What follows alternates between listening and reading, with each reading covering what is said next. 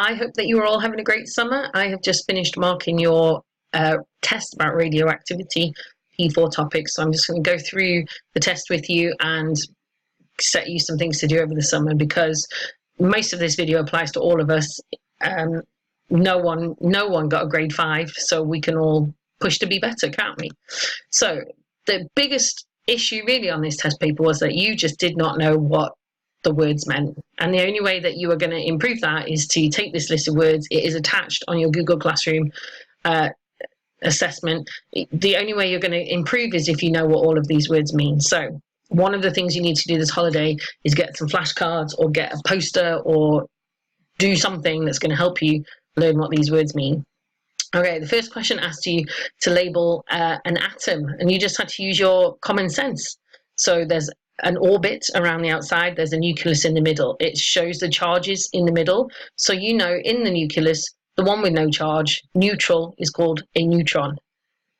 You know around the outside orbiting are the electrons, and you know in the middle, positive particles, PPP, they're called protons. Okay, so you just need to know what those words mean. This question is asking you about an alpha particle. It's saying that an alpha particle is the same as the nucleus of a helium atom. You can see this here. There are 2 positives, 2 neutrals, 2 positives, 2 neutrals. So it is the same as the nucleus. But how is it different? So it's asking you to look at the pictures or imagine in your head these 2 things and tell me what is different. So the obvious difference is an alpha particle has no electrons. You might have also linked this then to the charge. So because an alpha particle doesn't have 2 negatives to balance out the 2 positives, it has an overall positive charge. Next question, complete the atomic symbol for helium and show the atomic number and the mass of the number. So you remember that the mass number is the bigger number, is made up of all the particles in the nucleus. So how many particles, if you look at it, are in the nucleus? 4. How many of them are protons? That's the proton number at the bottom, 2. So you should have written 4 and 2. Okay, the next question was about a graph. And really our issue on this question was that we didn't read the question. Okay, we didn't see what the question was asking us to do. It says, what time in hours does it take for the count to fall from 60 to 40?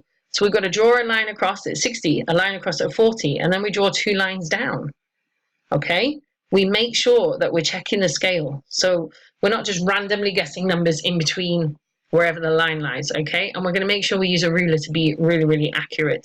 So if you look at this, 19.5 minus 11.5 hours tells you that there are 8 hours in the time. And if you wanted to kind of check that between 40 and 20 and see if that was still 8 hours, you could. I'm not really sure you can, because it isn't the same sort of scale on the graph there. Okay, the next question then asked about the half-life, and what really went wrong was that we didn't sort of look at what the question was asking us. We muddled this up. So a lot of us worked out the half-life for the first part of this test.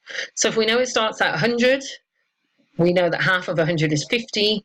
We know that if we go down there, we can see it is 15. Now, what I had advised you to do in class was to take an average. So if you went across at 25, you can see the difference again there between 15 and 30 is another 15. Now, what I had said was to work out an average, but obviously, if you recognize the number is identical, you don't have to work out the average. 15 plus 15 is 30, divided by 2 would be 15 hours. That is the answer you should have got. Okay, the next question was about the properties of the 3 types of radiation. We drew a table and a picture about this in our books. So it's just visualizing that picture for you to be able to answer the question. So alpha, okay, another point here. It tells you to draw 1 line from each type of radiation. So immediately, if you drew 4 lines, you already shot yourself in the foot, okay? They like to put these things in to make it a bit harder. They usually give you 1 answer you can immediately eliminate. So if we look down the properties of radiation, I know that I can immediately eliminate the 3rd one, will not harm human cells. Radiation is harmful to human cells. So we can cross that out. We know we're not drawing anything to that. Okay, so alpha has the shortest range in air. We drew that picture that had a hand, it had a thin sheet of metal and a thick sheet of metal. So it had the shortest range. Beta could go through the paper but was stopped by the thin metal. Gamma then must be very weakly ionizing. So remember, ionizing meant that it would knock electrons in or out and cause it to have a positive or negative charge. Complete the following sentences using the words from the box. This was just facts that you should know. So the most penetrating type is gamma. It can go furthest into things. That's why it needs the thickest material to block it. Which type has the greatest charge? So this answer was alpha. Alpha has 2 protons. Beta, you remember, was 1 electron, so it has only a charge of 1. Gamma has no charge, so the answer was alpha. The type of radiation with the greatest range in air, so which one can go the furthest? That is gamma. And 2 types of radiation that have no charge, so they're neutral overall. We know that alpha is made from protons. We know that beta's got an electron, so it can't be those. We know a proton is a positive particle, so the only options that you had left for no charge were gamma and neutron. Next question was a 6-mark question about the plum pudding model and the nuclear model. The question is asking you to describe the differences between the 2 models. This means that you have to mention both models. You need a detailed, coherent comparison. So comparing means you take aspects and you look at each model and say how they are the same or they are different. For full marks, you had to talk about all of the particles in the different models. So things that you should have said were things like the plum pudding model is evenly distributed mass.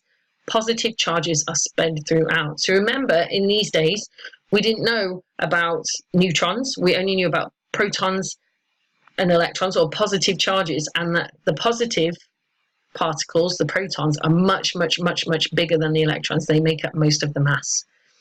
The electrons are embedded in the mass of positive charges. So we called this like a plum pudding model, but we also described it as a chocolate chip cookie. So you could use that sort of analogy to help your description. And this model as well is a solid mass. So resulting from the alpha particle scattering experiment. So it's not asking you what happened in our experiment, it's telling you that this experiment caused the model to be replaced. So what do we know about the nuclear model? The mass, most of the mass is in the center or the nucleus. The positive charge only occupies a small part of the atom. So this is in the nucleus here. That's where the positive charges are now. The electrons orbit at a distance from the nucleus, and it is mainly empty space. So this is your comparison, where you take a point and you look at the other model and you use the same point. The fact that it's detailed and coherent means that I have done it in the same order to make sure that it is clear what I am comparing in each one. And that is what you needed to be able to do. That was just being able to read and understand what the question was asking you. Next question was about isotopes. Isotopes, another word that you should just know the meaning of the word. So isotopes are elements with the same number of protons but a different number of neutrons in their nucleus. If we look at this isotope of technetium, which is being produced when molybdenum is decaying, what type of radiation is emitted? So the clue here is that 42 changes into a 43. That tells me that it is beta radiation being emitted, or beta decay. I know this because in beta decay, 1 neutron turns into 1 proton and 1 electron. So beta decay occurs when a neutron splits and becomes 1 proton and 1 electron. You can see the proton number is increased, so it must be beta decay. Okay. Next question asks you, what is meant by the term half-life? This is just another key term that you should know the word to. The time taken. Lots of people realized that the radioactivity was halving, but they didn't mention time. It's a time scale. So the time taken for the number of radioactive nuclei to half of the radioactivity to disappear.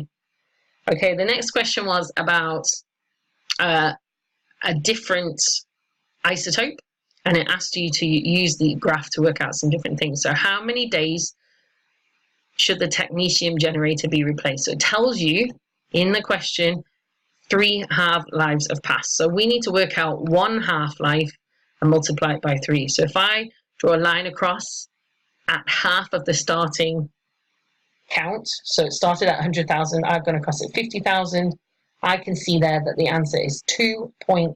It's coming down directly on the line. Lots of us underestimated this value, said 2.5. So we do check the scale, make sure we're using a ruler, and then we've got a good straight line. So 2.6 times 3 equals 7.8 days. The next question was a difficult question. I'm not going to lie to you here. A doctor claimed that after 13 days, the generator would be safe to dispose of. That means throw it away completely. Calculate the number of nuclei remaining after 13 days and comment on whether it would be safe to dispose of. So this question was super hard. You had to link all your information from the previous question. So it tells you in the question 13 days, and we learned in the last part of the question that a half-life was 2.6. So we do 13 days divided by 2.6 tells us that 5 half-lives have passed. So if we do 5 halves multiplied together, gives us this value here, 0.03125. So if I multiply my starting value by that number, it will tell me how many nuclei are remaining. And then I can work out whether I believe it is safe or it is not safe. So if I thought it was safe, I could give a reason why. You did not get a mark for saying whether it was safe or not safe. You got the mark for your reason. So it could be safe because it's relatively low levels now, not so much of a hazard. Equally, you could have said not safe because there's still some radiation being emitted, which means it's not safe yet. Okay, and just to cheer you up after all of that, here are your next steps. You need to learn the keywords. I've attached a list of the keywords and all the meanings. A part of that is attached, there are 2 little tests, so you can print those off and you can test yourself and see how many of the words you got right. You need to go through the checklist. You need to catch up any aspects of this topic that you missed. If you were on holiday or you missed a day because you went on a drama trip or you went somewhere else and did something else that wasn't being in my lesson, then you need to catch that up. And I've also attached on Google Classroom a revision web page that I've put together. It's got lots and lots of little clips that are not me talking, particularly in this topic. I want you to watch every clip and try and watch every clip every 3 days until you know all the information off by heart. There's this thing called the forgetting curve. It says after 2 days, you will forget everything unless it's in your long-term memory. So we need to start getting some of this stuff into your long-term memory so that you are prepared for the mock exams at Christmas. Just leave you with a little joke to cheer you up, see if you can get it. And I hope you enjoy the rest of your summer, and I will see you when we get back in September.